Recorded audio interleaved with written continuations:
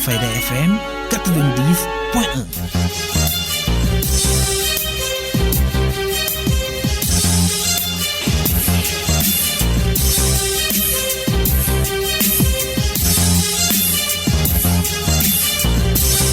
Merci de rester à notre compagnie. Il est 12h à la grande mosquée de Medina Baye et ici à l'immeuble Cheikh Imam Hassan Cissé d'où nous émettons.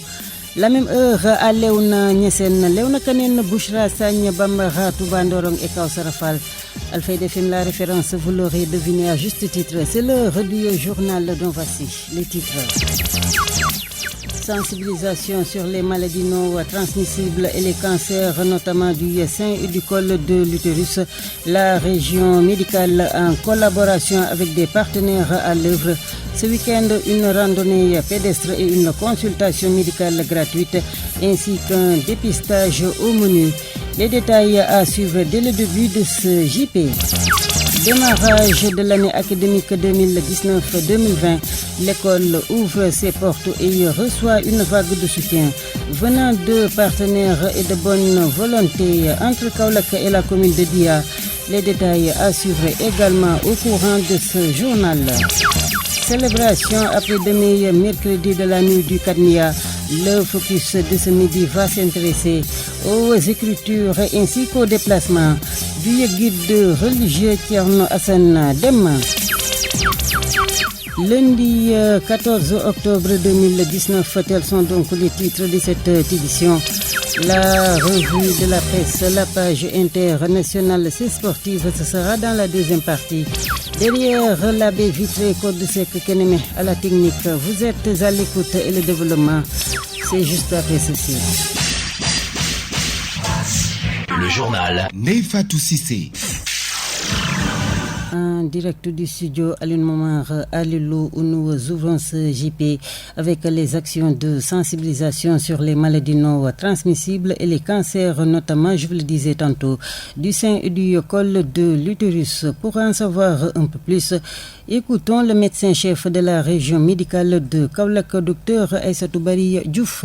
La région médicale de Kaolack a organisé une randonnée pédestre de sensibilisation sur les maladies non transmissibles, en particulier l'hypertension artérielle, le diabète, les maladies cardiovasculaires, la maladie rénale et les cancers de façon générale. Et en particulier le cancer du col de l'utérus et le cancer du sein. Parce que comme vous venez de le dire, nous sommes dans le mois d'octobre et durant ce mois, le ministère de la Santé et de l'Action sociale célèbre la Octobre Rose qui est un mois donc de sensibilisation et de lutte contre les cancers du col de l'utérus mais également du sein. Donc nous sommes accompagnés donc dans cette manifestation par l'association régionale des sages-femmes qui nous appuie de façon bénévole dans le dépistage du cancer du sein et du col de l'utérus. Mais également nous sommes appuyés par Ecobank qui donc nous a vraiment bien appuyés pour qu'on puisse organiser donc ces deux activités, à savoir la randonnée pédestre de sensibilisation sur les maladies non transmissibles, mais également la journée de dépistage du cancer du sein et du col de l'utérus. Et lors de ce dépistage-là, si on détecte des lésions suspectes chez une femme, soit au niveau du sein ou du col de l'utérus, nous avons aussi toujours l'appui de Ecobank pour pouvoir aider cette femme à aller vers l'hôpital régional de Kaolack, où déjà le ministère a demandé à ce que la mammographie soit subventionnée à 15 000 francs. Donc nous allons prendre pour certaines femmes ces 15 000 francs et que cette mammographie soit gratuite pour ces femmes-là. Mais également, nous avons eu l'appui de la clinique Lampfal qui a subventionné également la colposcopie pour les femmes qui auront des lésions au niveau du col de l'utérus, des lésions suspectes. Là également, au lieu de 25 000, la clinique à travers le docteur Mamadou Cham va nous faire la colposcopie à 15 000 francs et nous allons prendre également ces 15 000 francs en charge avec l'appui de Ecobank. Le médecin-chef de la région médicale de Kaolack, Dr Aïssatou Bari Diouf, qui tenait ses propos samedi lors d'une randonnée pédestre sous fond de sensibilisation autour des maladies non transmissibles et les cancers. C'était en présence du gouverneur adjoint chargé des affaires administratives, Thierno Souleymane Sow. Comme vous le savez, chaque année, Octobre Rose marque une période où le ministère de la Santé, en rapport avec ses techniciens dans la région, en l'occurrence la région médicale, marque l'événement par des sonorités, par des événements, par des séances de dépistage, par des randonnées pédestres pour sensibiliser les populations, mais aussi dépister, certaines femmes sur les causes de ces maladies-là. Aujourd'hui, la randonnée pédestre qu'on a effectuée et les séances de sensibilisation effectuées par les responsables de la marche, mais aussi par le docteur néphrologue, nous ont permis effectivement de savoir où faire de la marche quotidiennement au moins 3 fois par semaine est une bonne chose pour effectivement éviter, les maladies rénales. Là aussi, nous sommes dans un centre de référence pour le dépistage, du cancer du col de l'utérus. Vous savez que les femmes sont venues en masse et certainement après ces séances de dépistage-là, le docteur, médecin-chef de région de Paris, a pris toutes les dispositions pour qu'en cas où effectivement il y a en tout cas des femmes qui sont en tout cas dépistées quand même positives, que ces cas-là puissent être traités gratuitement dans des structures de santé quand même de la région. C'est l'occasion aussi que je prends pour féliciter le docteur de la région médicale qui n'a ménagé aucun effort pour la réussite effectivement de cette présente campagne, mais aussi remercier l'association régionale des sages-femmes qui se sont investies. Elles sont là depuis ce matin et elles étaient là pour la sélection quand même, pour informer, sensibiliser d'ailleurs les femmes aussi toute l'étendue du territoire régional. L'occasion aussi pour remercier, encourager et vraiment féliciter de vive voix le partenaire Ecobank, vraiment qui a appuyé considérablement la région médicale,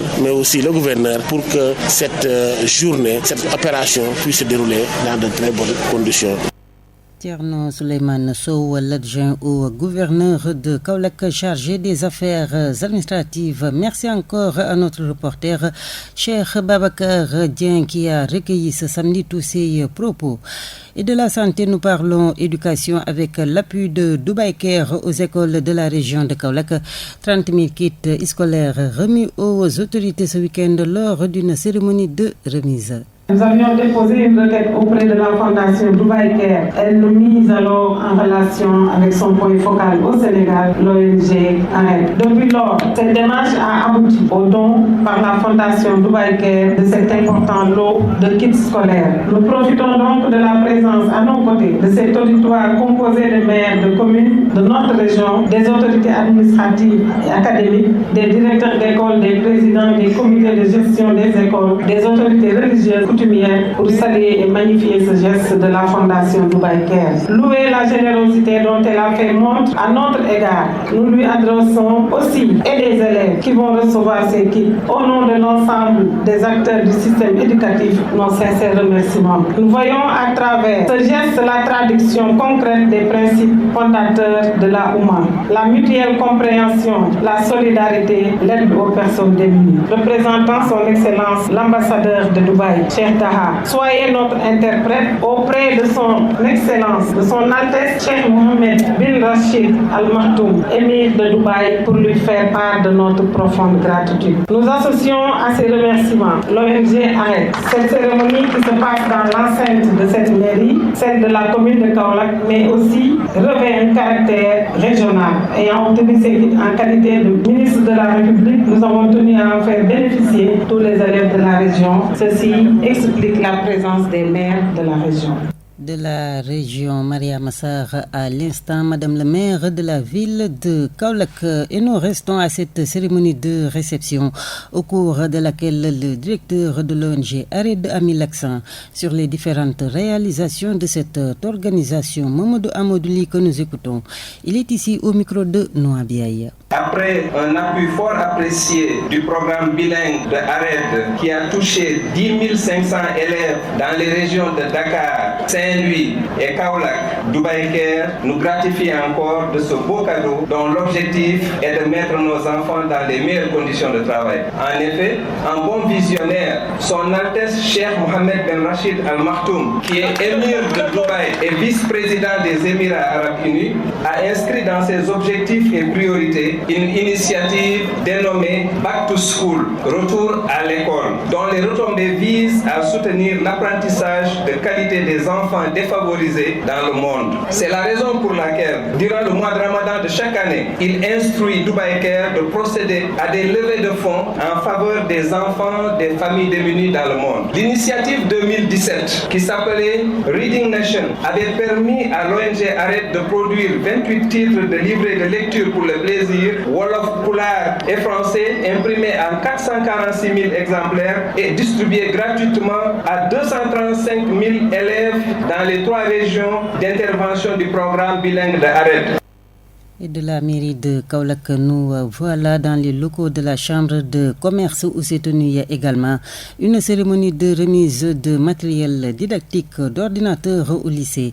Le geste émane du DG de la Sénélec, Pape Demba Biteye. Comme je le dis souvent, l'école publique sénégalaise a tout fait pour nous. C'est de notre devoir de retourner une partie à cette école qui a tout fait pour nous. Et surtout porter le message de M. le Président de la République à cette jeunesse du Sénégal, à cette jeunesse de Kaolack, pour leur montrer que tout est permis. Aujourd'hui, il suffit juste d'y croire, de fournir les efforts nécessaires pour y arriver. Ce que nous avons fait, c'est un lot de 2500 fascicules en physique, 400 livres de mon ami Aziz Fall qui a écrit les promesses d'une devise qui parle de civisme, et également 11 ordinateurs et 11 imprimantes aux meilleurs lycées de la région qui se sont distingués avec un taux de réussite de plus de 50% au baccalauréat. Donc vous comprendrez bien que si on arrive à ce niveau-là, c'est grâce à la mobilisation de Madame l'inspectrice, que je remercie au passage de nous avoir offert cette opportunité-là, de féliciter l'ensemble des élèves, tous les encourager,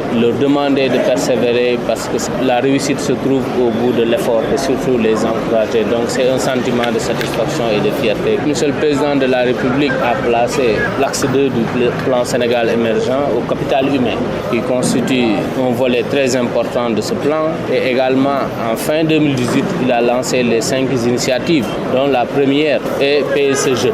Donc aujourd'hui, tout ce qu'on fait pour cette jeunesse-là ne fait que renforcer cette vision éclairée qu'il a pour cette jeunesse et également créer les conditions pour que cette génération du pétrole et du gaz puisse se mettre dans les meilleures conditions pour pouvoir acquérir le savoir, le savoir-faire et le savoir-être pour une meilleure gestion de ces ressources du. Et puis fêter l'excellence et accompagner les établissements. La cérémonie de remise tenue ce week-end à la Chambre de commerce revêt une double casquette. L'inspectrice d'Académie de Kaolack, Mme Khadijatou Diallo, qui présidé la rencontre à la Chambre de commerce que nous écoutons.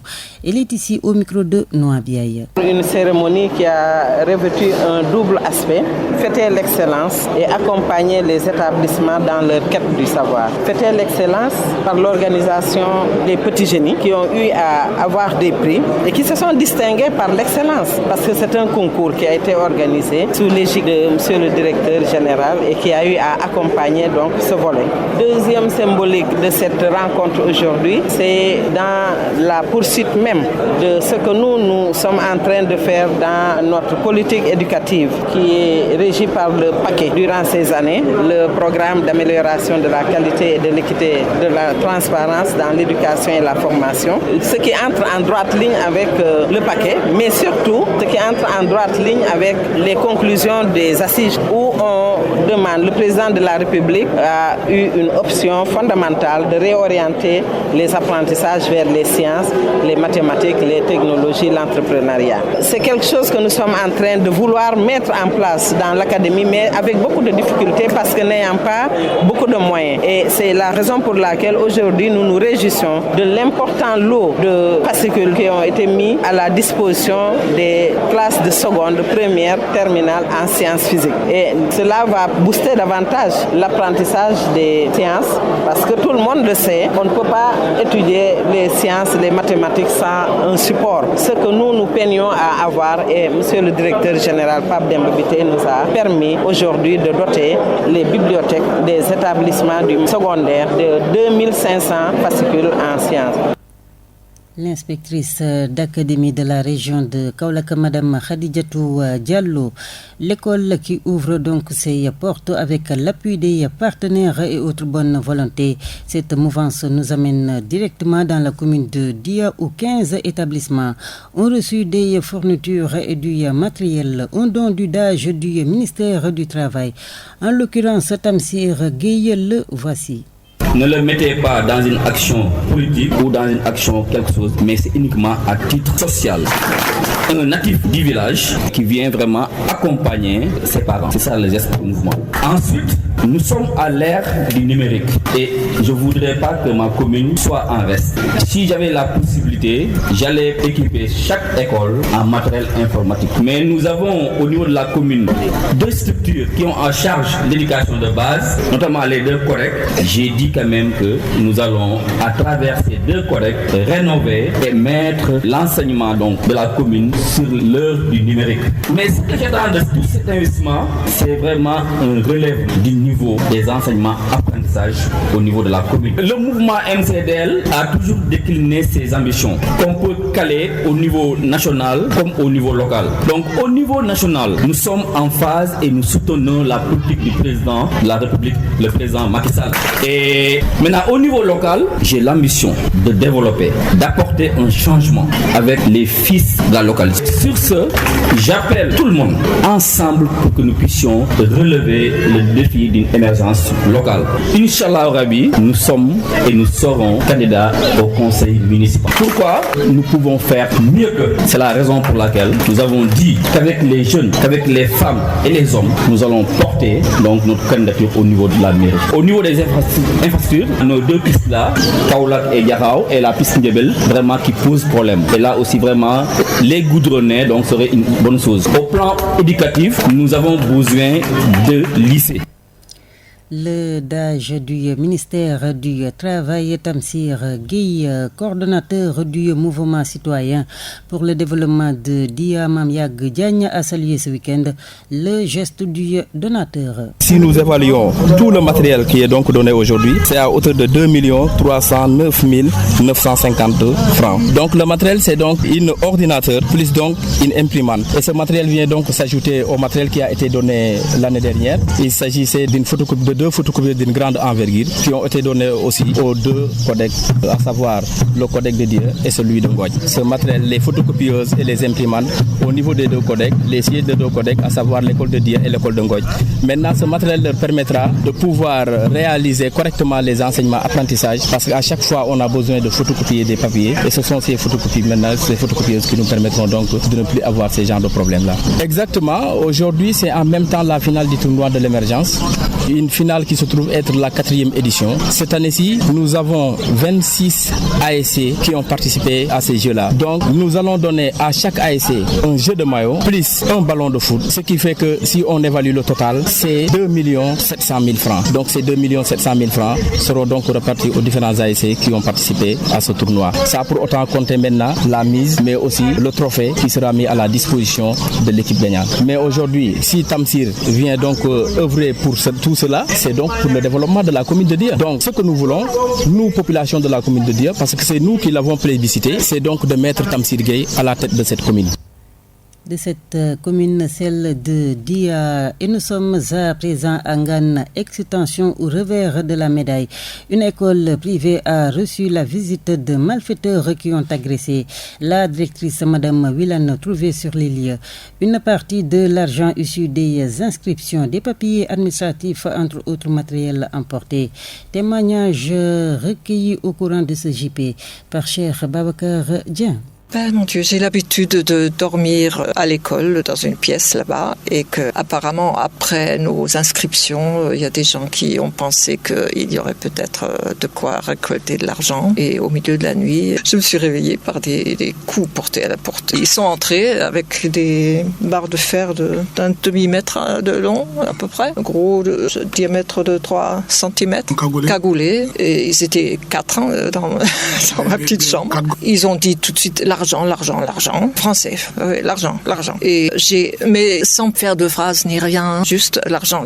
J'ai dit que c'est mon mari qui l'a amené, voilà. Il y en a un qui m'a tapé avec toute cette force, avec la barre en fer sur mon bras, l'avant-bras, tout près du poignet. Heureusement qu'il n'a pas touché le poignet, parce que là, à 3 cm du poignet. Alors, ils ont ramassé quelque chose là-bas? Après, j'ai dit, voilà, la clé, elle est là, le truc est rangé là. Et je leur ai dit où se trouve l'argent. Il nous restait, parce qu'on avait déjà dépensé une partie pour l'achat de bancs supplémentaires, des choses comme ça. Du coup, ils ont ouvert le sac, ils n'ont pas vu l'argent, ils voulaient recommencer, ils ont recommencé à me taper. J'ai dit non, mais il y a une petite fermeture éclair à l'intérieur. Et c'est là, après, ils sont partis. Ils ont amené, malheureusement, sans que je le voie, parce que j'étais concentrée sur la personne qui me menaçait, mon téléphone portable seulement. Ils ont amené mon sac, un petit sac à main avec un appareil. C'est un tout petit sac à main comme ça, avec un appareil photo un peu sophistiqué et mon passeport, malheureusement. Voilà. Puis à l'hôpital, on m'a dit qu'on peut vous mettre un plâtre provisoire, mais il faut opérer pour que les os se remettent en place correctement. Je préfère, parce que j'ai ma sœur là-bas qui peut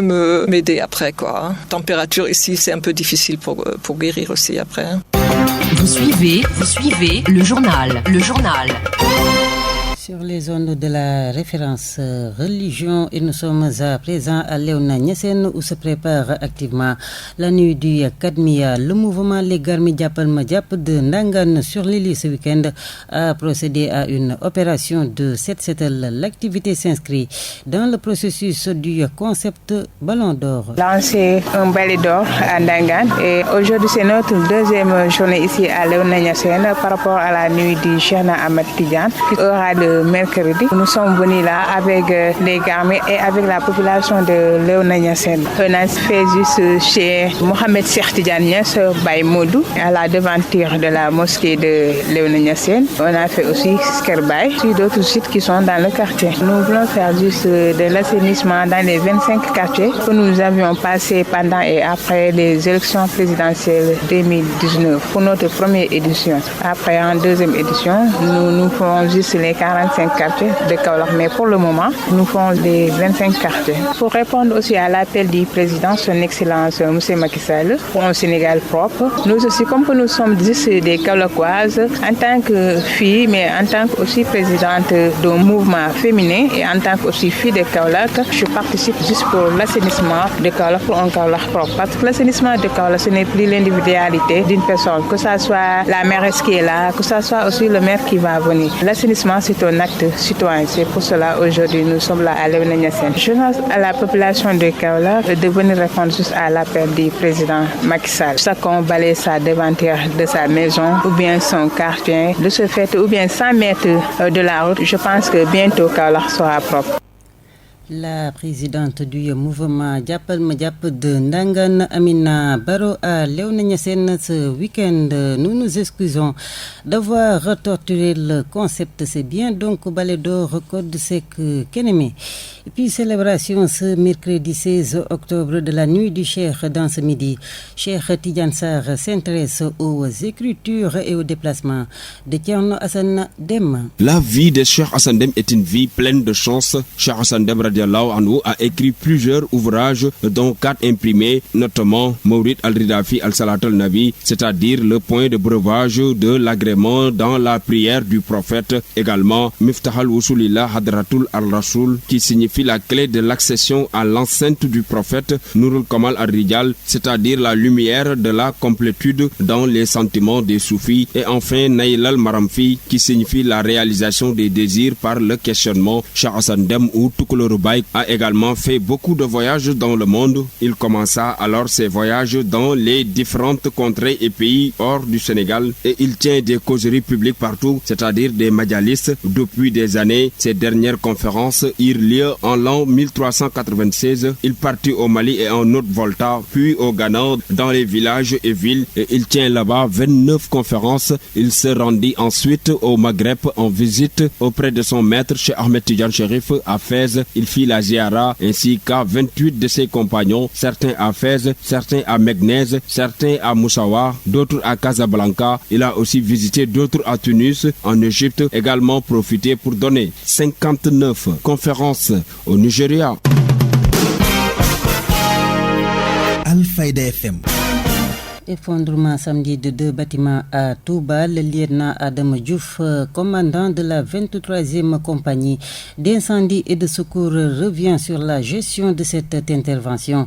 C'était dès les premiers instants grâce à la diligence de notre correspondant Mamadou Moustapha Mbaye. Nous sommes alertés ce jour à 18h08 pour un effondrement d'un bâtiment R+3 à usage d'habitation et commercial à Touba, route de Grande Mosquée, hauteur 28. 7 minutes plus tard, plus précisément à 18h15, les premiers secours se sont présentés sur les lieux. Ce qui nous a permis dans un premier temps de secourir les victimes et de les évacuer à l'hôpital Matlaboul Fawzeyni de Dianatou. 15 minutes plus tard, on a eu un deuxième effondrement du bâtiment R+4 à usage d'habitation qui était collé au bâtiment R+3. Mais heureusement, là, on n'a pas dénombré de victimes parce qu'on avait au préalable évacué le bâtiment et établir un large périmètre de sécurité. Le bilan provisoire fait état de 3 victimes, dont 2 blessés graves et 1 blessé léger. Et pour cette intervention, les secours de la 23e compagnie d'incendie et de secours ont engagé en moyens humains 12 gradés et sapeurs, dont un officier. En moyens matériels, on a engagé un fourgon pompe-tonne, des camions de lutte contre les incendies, une ambulance médicalisée et un véhicule d'intervention léger. Parce qu'il nous faudra un déblai et dégarnissage parce qu'il y a 80 bouteilles de gaz qui étaient sous le bâtiment. Le bâtiment s'est effondré sur les 80 bouteilles de gaz. Donc il nous faudra des opérations de déblai et de dégarnissage pour faire sortir ces bouteilles de gaz. Vous suivez le journal. Sur les ondes de la référence à la radio autrement comme vous ne l'avez jamais vécu. 90.13 www.radioalfayda.net et nous émettons en direct du studio Alioune Momar à Lilo depuis l'immeuble Cheikh Imam Hassan Cissé dans la cité religieuse de Médina Baye. Dressage de pigeons voyageurs destinés à conquérir. Kaolack lance sa saison 2019-2020. Membre de l'association Colombophilie Amadou Lamine Sen que nous écoutons, excusez-moi.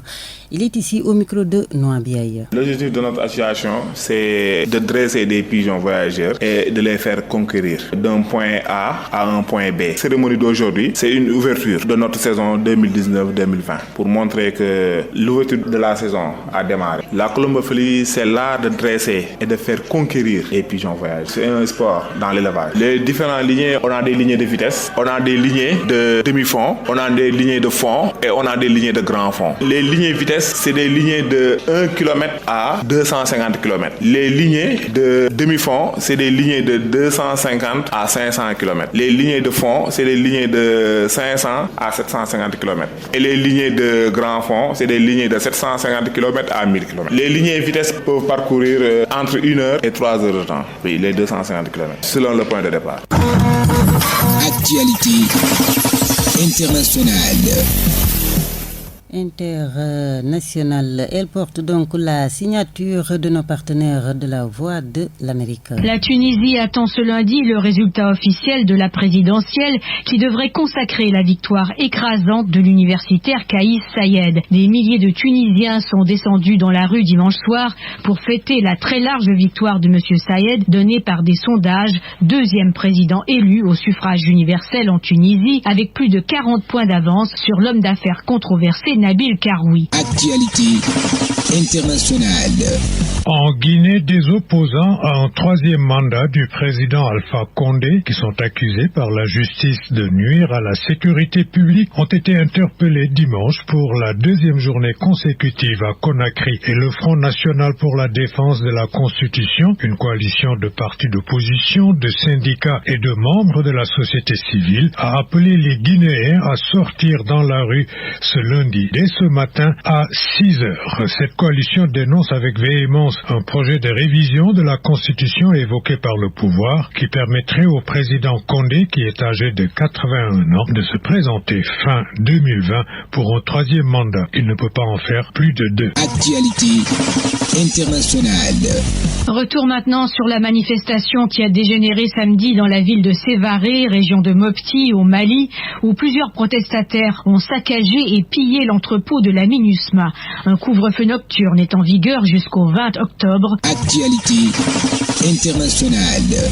Au Niger, 5 soldats ont été tués pendant le week-end dans une attaque perpétrée par des hommes armés non identifiés. L'attaque a eu lieu samedi dans le département d'Abala, région de Tillabéri, gendarmerie frontalière du Mali. Elle a visé une patrouille du groupe d'action rapide et d'intervention de la gendarmerie nationale. Actualité internationale.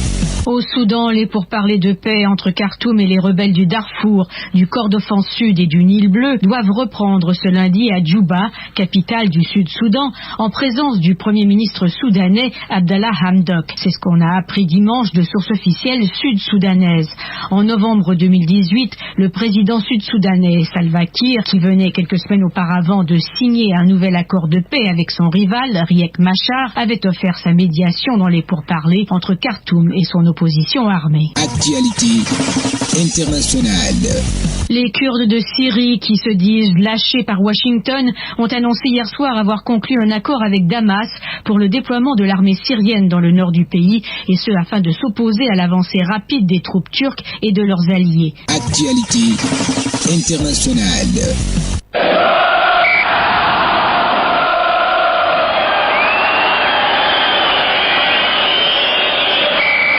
L'actualité sportive. Et voilà que nous lui disons bonjour, façon de l'accueillir en studio.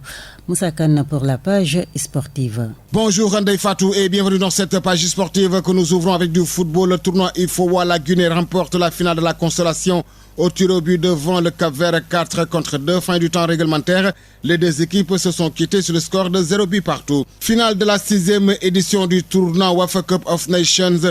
Joué hier au stade La Dior de Thiès, le Sénégal détrône le Ghana à la séance des tirs au but 3-1. À la fin du temps réglementaire, les deux formations se sont quittées sur le score de 1 but partout. Vainqueur de la finale du tournoi IFOA, le Sénégal empoche 60 millions de francs CFA. Le centre Guerrero est baptisé Centre d'excellence Youssouf Ndiaye. La Fédération sénégalaise de football compte désormais 2 centres techniques pour le développement du football sénégalais et africain. En plus du centre Jules-François Bocandé, celui de Youssouf Ndiaye est inauguré hier en présence du président de la CAF, Ahmed. Restons toujours avec la CAF, un atelier de référence sur la sécurité des stades organisé par la Confédération africaine de football se tiendra du 14 au 15 octobre au Caire afin de garantir la sécurité des joueurs et officiels pendant et après les matchs. Athlétisme à présent. Marathon de Chicago, la Kenyane Brigitte Kosgei a battu le record du monde du marathon course mixte hier à Chicago en 2h14 et 4 secondes. Effaçant les tablettes, la Britannique Paula, dont le record datait de 2003. Rencontre amicale hier, 1 but partout entre le Brésil et le Nigeria. La Seleção enchaîne un 4e match de rang sans victoire. Neymar a été contraint de sortir après 12 minutes de jeu. Le staff médical n'a communiqué aucun diagnostic et le médecin Rodrigo Lasmar aurait indiqué que des examens seront effectués dès le retour de Neymar à Paris. Argentine écrase Équateur 6 buts à 1. 8e journée qualification Euro. Biélorussie perd devant Pays-Bas 1-2. Estonie perd devant l'Allemagne 0-3. Kazakhstan perd devant la Belgique 0-2. Écosse écrase Saint-Marin 6 buts à 0. Chypre s'incline devant la Russie 0-5. Slovénie s'incline devant Autriche 0-1. Pologne bat Macédoine du Nord 2 buts à 0. Suite de ces qualifications ce soir à 18h45, Bulgarie reçoit Angleterre, Kosovo reçoit Monténégro, Ukraine reçoit Portugal, France reçoit Turquie, Lituanie reçoit la Serbie et Islande reçoit Andorre à 18h45. Retour à Kaolack pour parler du CNP hier au stade Lamine Gueye. 1 but partout entre Djoko Kabotoki et Dakargui de la zone 1A. Voilà NFC qui referme cette page sportive. Merci de l'avoir suivi et excellent issue de programme sur la 90.1. La revue de presse. L'Obs place le soleil sur le quotidien Walf le matin. Revue de la presse depuis l'immeuble Cheikh Imam Hassan Cissé dans la cité religieuse de Medina Baye. Présent avec Cheikh Tidiane Sarr. Bonjour, les grandes retrouvailles, c'est le titre qui barre la une du journal Le Quotidien National Le Soleil pour parler de l'audience entre le président Abdoulaye Wade et Macky Sall. Cette audience qui a duré plus de 3 tours d'horloge a été sanctionnée par une déclaration commune dans laquelle le président Abdoulaye Wade appelle le chef de l'État à déployer tous les efforts nécessaires à la maîtrise de la gestion du pétrole, du gaz et des autres ressources naturelles, écrit le journal, ajoutant que Macky Sall promet une visite à Maître Wade prochainement. Parlant de cette rencontre, Walfadjri Quotidien note que le cas Karim Wade était en suspense sur les questions concernant la privation des droits civiques et politiques de Karim Wade, l'amende de 138 milliards de francs CFA qu'il doit payer, la fin de son exil doré à Doha et sur d'autres problèmes, source du contentieux entre Wade et Macky Sall depuis 7 ans. C'est l'omerta totale selon le journal de Khariala. Une rencontre des non-dits selon le quotidien LAS, lequel estime qu'au-delà du caractère symbolique de cette rencontre, tout ce qui s'est passé samedi dernier laisse entrevoir plutôt une mise en scène, pour ne pas dire une mise en œuvre d'un deal qui ne dit pas son nom. En effet, ajoute le journal, Abdoulaye Wade ne cherche qu'à faire revenir son fils en exil forcé au Qatar afin qu'il retrouve ses droits civiques et politiques et qu'il puisse participer aux prochaines élections. Dans le quotidien Vox Populi, l'enseignant chercheur en sciences politiques Moussa Diaw note que ce qui est important et qui n'a pas été évoqué dans le communiqué, c'est que l'affaire Karim Wade a été certainement abordée par l'ancien président de la République parce que sa préoccupation c'est de faire en sorte que son fils puisse revenir et jouer un rôle de premier plan au sein de son parti, ajoute l'analyste politique pour le quotidien La Tribune. Ce qui est sûr et certain est que les retrouvailles entre Wade et le président Macky Sall n'ont qu'une finalité, lui frayer un chemin pour 2024 et réaliser le rêve de son père qui est de voir les libéraux trôner au sommet du pouvoir pendant 50 ans. Retrouvailles Wade, Macky, s'interroge de son côté le quotidien Enquête qui souligne que depuis sa réélection et son investiture en avril 2019, Macky Sall n'a cessé de poser les actes de la coexistence pacifique avec ses anciens frères de parti qui ont abouti à la deuxième rencontre publique en 3 semaines avec son mentor Abdoulaye Wade dans le contexte de dialogue national. Parlant de cette rencontre toujours, le quotidien signale que zappé du communiqué conjoint Wade-Fils était au cœur des discussions entre Macky Sall et Abdoulaye Wade. Karim, un cas à part, affiche le journal à sa une. Quant à le quotidien L'Observateur, pour terminer, il parle d'une mise en scène du New Deal entre Macky Sall et Abdoulaye Wade et pense que Karim Wade est le troisième homme de cette rencontre. Dans le journal, l'analyste politique Amidou Anne estime que toute l'action de Wade vise à sortir Karim Wade de sa situation inconfortable. À vos kiosques et bonne lecture. Alfayda FM 90.1.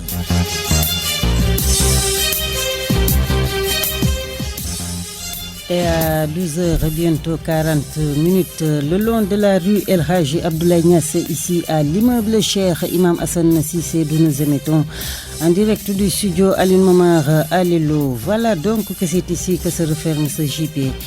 Tout de suite, le rappel des titres. Sensibilisation sur les maladies non transmissibles et les cancers, notamment du sein et du col de l'utérus. La région médicale, en collaboration avec des partenaires à l'œuvre. Ce week-end, une randonnée pédestre et une consultation médicale gratuite, ainsi qu'un dépistage au menu. Démarrage de l'année académique 2019-2020.